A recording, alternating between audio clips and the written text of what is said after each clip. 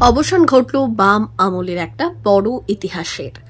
বামফ্রন্ট সরকার দীর্ঘ ৩৪ বছর নিরবিচ্ছিন্ন শাসন করেন পশ্চিমবঙ্গে।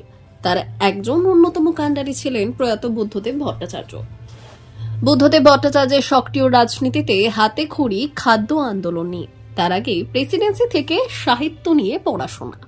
১৯৬৬ সালে সিপিএম এ যোগ, এরপর পশ্চিমবঙ্গ প্রবেশ করল নতুন এক পর্বে।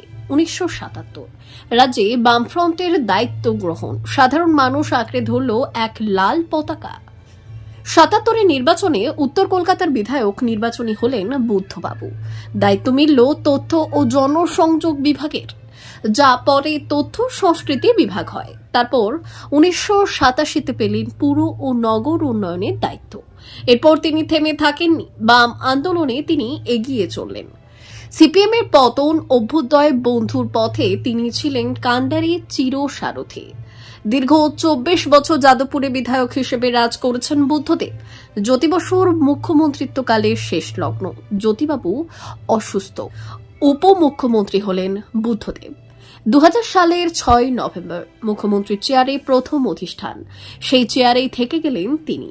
২০০১ থেকে ১৮ মে ১৩তম পশ্চিমবঙ্গ বিধানসভা নির্বাচনে জয়ী হয়ে প্রথমবার মুখ্যমন্ত্রী হিসেবে শপথ নিলেন। ২০০৬ সালেও এলো প্রবল জয়। সেই জয়ের ইতিহাস আজও গায়ে কাটা দেয়। ভোটের কিছুদিন আগে অনিল বিশ্বাস মারা যান। তিনি বুঝেছিলেন তার দল জিতবে, কিন্তু ২৩৫ পশ্চিমবঙ্গ বিধানসভা নির্বাচনে বামফ্রন্টের ধারে কাছে কেউ আসেনি, কিন্তু কোনো শাসন চিরস্থায়ী হয়নি।